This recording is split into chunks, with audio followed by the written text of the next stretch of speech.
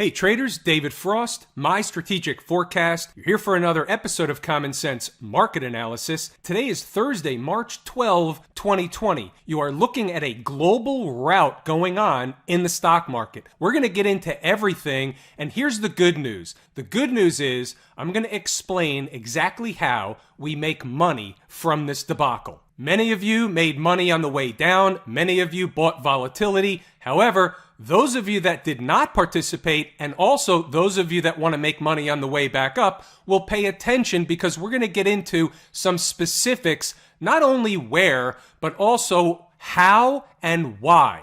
What exactly is that? The how and why of what? Those of you that have been around for a while will know what's coming. We're looking for a low. We're going to go through the details tonight, but we're looking for a low, and we're going to discuss, just like we did in December of 2018, we're going to discuss the best way how to take advantage of the fact that we're looking for a low. Just to recap a little bit, last night we closed below 275.31. Inside the numbers, members were notified that during the day that if we closed below that number, that the rubber band would break once again. For those of you that didn't see it, go back to last night's video. It was in the commentary. You can read it for yourself. That's why I put it in these videos. Let's kind of get the big picture going before we drill down. So the Dow was down 2,352 points. Let me say that again, 2,352 points. I remember when the Dow was 2,352. The S&P 500, the SPX cash index, down 260. A cool 9.5%. The Dow is down 9.99%. That's not an accident nor a coincidence. Right underneath, one tick below or 1 basis point below 10%. Does that matter or make a difference? Absolutely not. I just find those things interesting because I'm a geek at heart. A couple of more things before we really get rolling. We'll talk about what happened in the middle of the day today, and this happens more often than not in these situations. Now, granted, we're not ever in these situations. This is a market that we've never seen before. But all things being equal, when you get a market where people, meaning traders, investors, the public, begins to panic and everything is relative, the Fed has a tendency to step in. This time, today, they tried to step in with a bazooka. They came in with something like $1.5 trillion to flood the market. We're back to Repo Man. I believe this is where they're flooding the market, in the repo market. There's a problem in the repo market, and when you compound that with the coronavirus, we're not really sure which one is causing the real debacle in the market. It's likely a combination of both. Again, we don't care the reason, the excuses, the after-the-fact stuff. Doesn't make any difference. Doesn't help us make money in the market. What helps us make money is understanding price and time. If you want to understand price and time better, you have to go to the course Lazy E-mini Trader. For the purposes of this video, we're going to cut right to the chase. We'll go to a weekly chart, and we've got some numbers. So last night we had the 240 on the chart. Today we also have 235. These are round numbers. These are not exact calculations. I'm not putting those on the chart. Suffice it to say, if we find the market down there in short order, meaning tomorrow, meaning Monday, that for this trader is a buy zone. Let me put a caveat on that. Decisions are made in real time. Let's say the market gaps below there. Then all bets are off. Something else is going on. I've got to have a different number.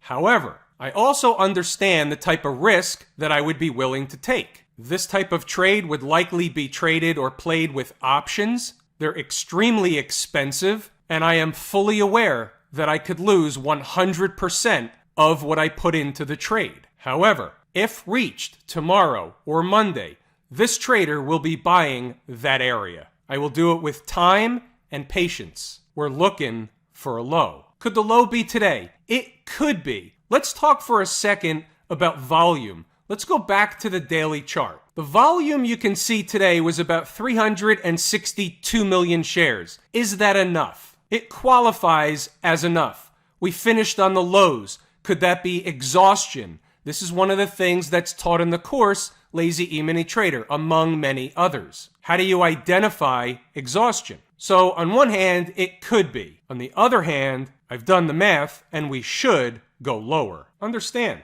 it's not easy to buy down there when everybody else is throwing up. It will feel really, really wrong at the time. I'm in the risk business. This is an area that I'm willing to put on risk. Here's a short hop. We're going to go over inside the numbers. I'm going to let you read what was in the notes. We're going to take a look at what was on the board for stocks on the move. Even on a day like today, regardless of how many traders are participating, and you'll notice in the notes, what I'm telling traders is you don't have to participate, obviously. If this type of volatility makes you uncomfortable, cash is a position, you can be a spectator. It has been a spectator sport for many, and should be for many. But there's a couple of themes that you want to notice inside the numbers, in the commentary. One of the themes is when the market ripped higher in the middle of the day on the Fed announcement, you'll see that it created a breakup candle. Later in the day, we're eyeballing the breakup candle. We did get a few rallies off the low of that breakup candle. This is what trades are made of. It gave way at the end of the day,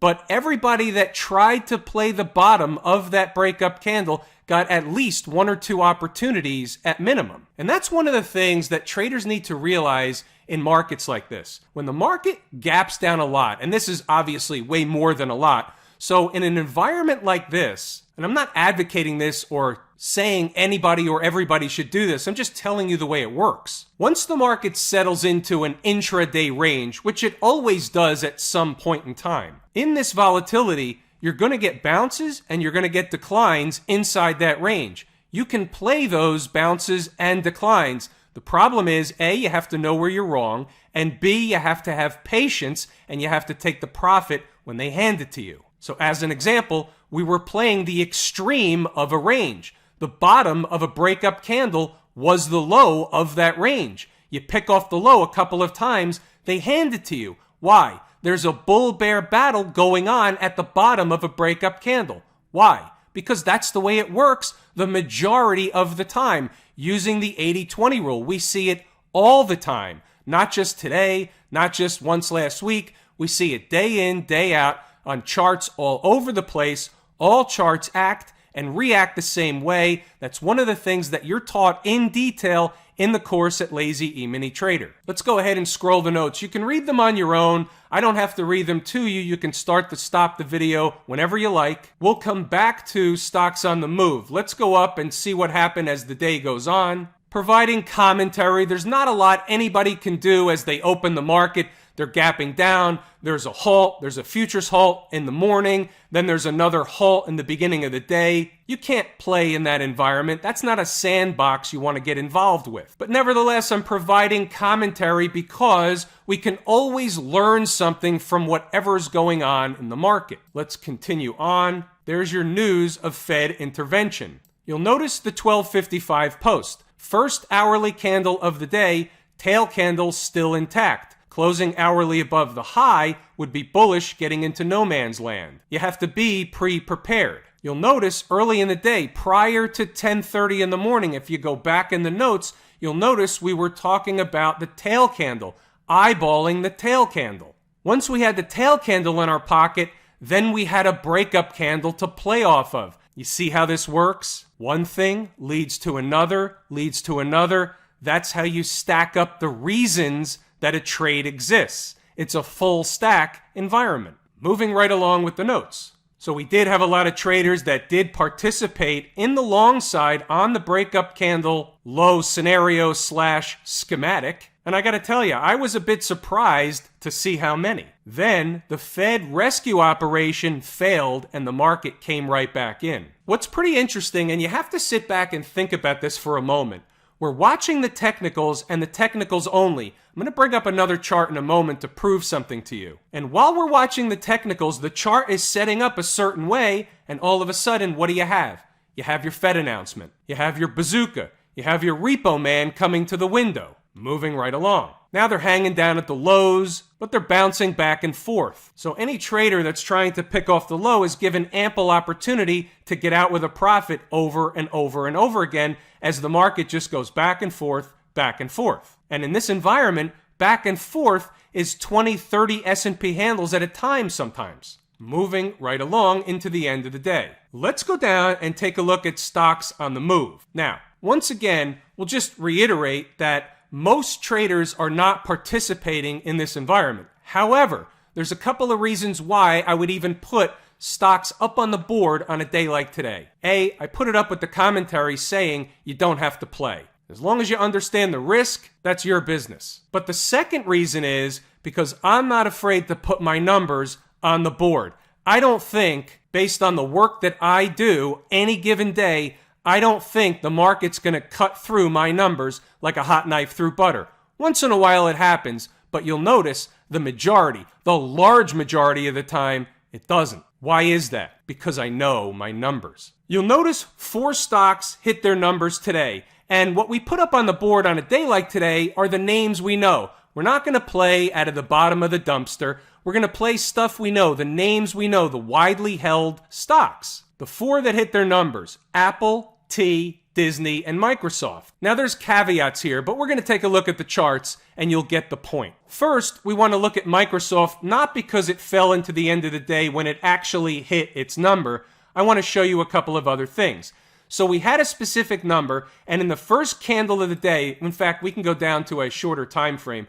In the first candle of the day, you'll see it came close. It didn't hit my number, and it took off like a rocket. Well, that's okay. It took off without me. And so on days like today, the numbers don't always get hit. But what I'm going to not do is try and put us in harm's way of a number too close to current price in the pre-market. I've got to pick a number where I'm pretty damn sure we're going to get one hell of a slingshot away from. And you can see what happened with Microsoft. While it didn't hit the number, it missed by pennies 2 times. You did get the rocket ride both times from that general area. The end of the day doesn't count. Nobody's buying into the close. They kill the market into the close. Everything goes down with it. But this does go to show you the power of these numbers. Even though they missed by pennies, you can see what happened. Microsoft down $12, $13, $14 at the open, and you're still picking off a number within pennies. Apple, same routine with Apple. Got bought up by a bunch of front runners. And no, that's not true. Nobody's front running today. There's so much volume, it doesn't make any difference, especially on a stock like Apple. You can't front run Apple. It's just in jest. But same routine. You can see where they come up short of the number. So my number was wrong, or the stock didn't reach my number. Either way, I don't get into the trade. It comes down at the end of the day to hit the number. Again, nobody's buying into the close as they're killing the market. Similar routine with AT&T. And remember, we look at the good, the bad, and the ugly. I'm showing you everything that hit, regardless of what happened. AT&T did hit at the end of the day. Obviously, nobody's buying it into the kill of the close, but the number worked. If for nothing else, for validation purposes. We had to get one that at least looked like it worked out, right? Well, this one came close in the morning, bounced away, did it later in the day. What a rocket ride. I don't know anybody that took this trade. I didn't hear from anybody specifically. And if I did and I forgot, I apologize. You have to imagine my inbox looks like a war zone. Here's what I wanted to show you for a second. Back to Microsoft. The market is still trading technically sound. Look what happened when the market ripped up. What happened to Microsoft? It went up to fill its gap, fell right back down. Now that doesn't happen every single time, but why did it stop where it did? Was it some external force, or did it fill the gap and turn around? The market is still trading technically sound despite what you see or what you believe. It's just that the moves are wider, they're faster, the numbers are spread out where the actual support and resistance zones are as compared to 5 or 10 points away from each other. But at the end of the day, the market is trading technically sound. And by the way, the spike through numbers, and I'm talking specifically about the S&P, for example, or even the NASDAQ, the spike through, where a spike through before is 1 or 2 points in the ES contract, for example. Now, that same spike through to the same magnitude, considering or taking into an account the volatility, that same spike is 10, 15, 20 points. And there's absolutely nothing we can do about it. Now let's talk about something else. We're going to deviate a little bit from the norm. We don't really have to go over all the specific charts. Everything looks the same. And when the market bottoms, the transports are going to bottom, the IWM is going to bottom, the semiconductors are going to bottom, the Qs are going to bottom, everything across the board is going down together. It's all going to go up together. Doesn't really matter that the IWM was down almost 13% today when the S&P was down about 10. Makes no difference on a day like today. What's 2.5% among friends? So let's talk about something a little bit different. Let's talk about what actually is the best trade on the board in an environment like this. Now, here's the caveat. It's not easy. Most people, most traders, most of you should not do this if you're not experienced. But I'm going to tell you what the best trade is on the board regardless. Carries a different kind of risk than you might be used to, but you have to take the market environment for what it is, and then you backtrack or reverse engineer, how do I play this to the best of my ability using the tools that I have? And it's really two things. You play individual stocks that have just been bludgeoned, but not any old stock that's been bludgeoned. You play the names we know, and some of you will say, well, some of that other stuff, the low float stuff, the names we don't know, the stuff that really got taken out behind the woodshed even more than the names we know, won't you have a better snapback in some of those? And the answer is, I don't know. Maybe you will, maybe you won't. I don't need to know. I know how this works, and I'm giving you my roadmap. And as far as the names we know, you pick out the names we know and you find the same type of quality support areas just like I do every single day inside the numbers. It's no different. I'm looking at it from a swing trade perspective versus a day trade perspective. Same process, a little tweak here and there. Which names we know? What does the list look like? I'm putting together the shopping list as we speak. My goal is to get the shopping list out to Inside the Numbers members in a format they can understand with numbers. I suspect I'll be looking for an all-night Starbucks. But here's the other thing. How do you do it? You need a lot of capital to buy the stock, and the options are way too expensive. And therein lies the rub. In an environment like this, the proper thing to do, what pro traders do, is sell premium. Carries a different risk. You can get put the stock. You can lose a lot of money quickly, but that is the play. Let me give you an example of what I'm talking about. So we'll pick a random stock. Everybody knows Apple. Apple, September 250 calls are trading for about $34. What does that mean? That means if you were to buy a call between now and September, Apple really has to be over 284 in September to break even on the call. Now, the caveat to that is if you buy the call and Apple starts moving up immediately, the calls are certainly going to move up. But time is not on your side, so the time premium will deteriorate over time. So if Apple doesn't move up, time is working against you. So net out of that, it's very hard to buy calls on stocks like this. They're very, very expensive. So you flip it around and you say, hey, I'm willing to sell the premium, but I sell a put, which means I'm still betting the stock's going to go up when I sell a put. Buy a put, you're betting the stock's going down. You sell a put, you're betting the stock's going up. You're a seller of volatility. You're a seller of premium in Apple. When the stock is trading at $245, for example, by selling the premium, what you're saying is, I'm willing to buy Apple and I've given myself a buffer down to $211. Now, what are we really doing with this? What we're not doing is we're not looking at it as a long-term investment. What we're doing is we're playing for the rip-your-face-off rally that's coming. Now, whether it's coming tomorrow or Monday or next Wednesday, we don't know yet. We don't know from what price. I can only tell you what I think based on my work, but we don't know. Let's qualify that. Let's distinguish the two. The work is good the majority of the time. It's not good every single time. We all know that. Any way you look at it, we're still looking for a low. Here's the VIX. Remember buying the VIX at 12? Anything next to 12, below 12, around 12? How about 12? How about 75? Do I still have my calls on the VIX?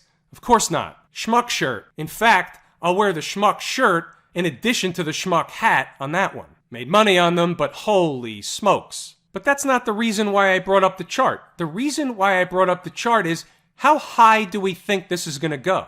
Maybe it gets to 100, but it's going to get there fast if anything. The VIX doesn't necessarily creep along on the way up. Let's have a point of reference. What does this look like? Now, without that tail candle, you can see it looks something like Tesla, and it looks like it in the order of magnitude, the type of move. Well, when you fast forward, Tesla, you could see what happened. The collapse. Nothing can sustain a move like this, especially the VIX. The only way the VIX is going to sustain a move like that is if the market goes down and down and down, day after day after day, and it could certainly do that several more days in a row. We're aware of that, but the VIX is not going to 400. It's just not going to happen. What's going to be the catalyst for a turnaround in the market? Why are we looking for a rip-your-face-off rally? There'll be a couple of things going on. There'll be some news that hits. The market's going to take it as good news. I should say the media is going to take it as good news. You may see it surrounding something like a bankruptcy, multiple hedge funds failing, huge amount of margin calls. All that stuff is what you can expect around a capitulation low. We're getting close. Think about it like this. You're a retiree. You have real money. You have a broker. You have a financial advisor. Or you do it yourself in a Schwab account or whatever else you do. You have a 401k. All those things.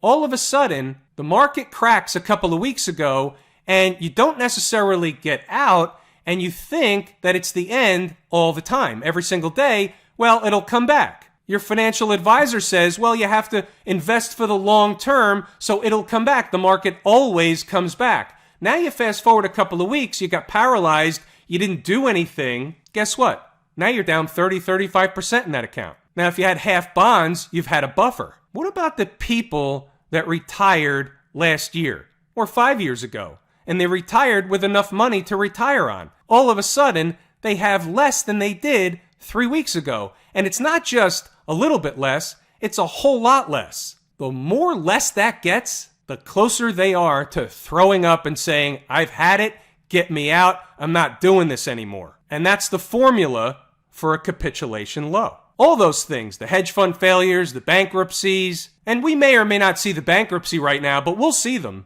They're coming. Take a peek inside the bond market. Check out the energy companies. The bond market tells the tale. A lot of those bonds are what we call bidless. If you want it to sell, your broker's going to give it to you in the keister because there's nobody to buy it. Have I told you how much I appreciate each and every one of you, and that without you, these videos are no way possible? It's all true and accurate information. I think we all get the big picture. We're going to give it a wrap here. I'm going to pull the ripcord. I'm David Frost, my strategic forecast. Thanks for tuning in for another episode of Common Sense Market Analysis.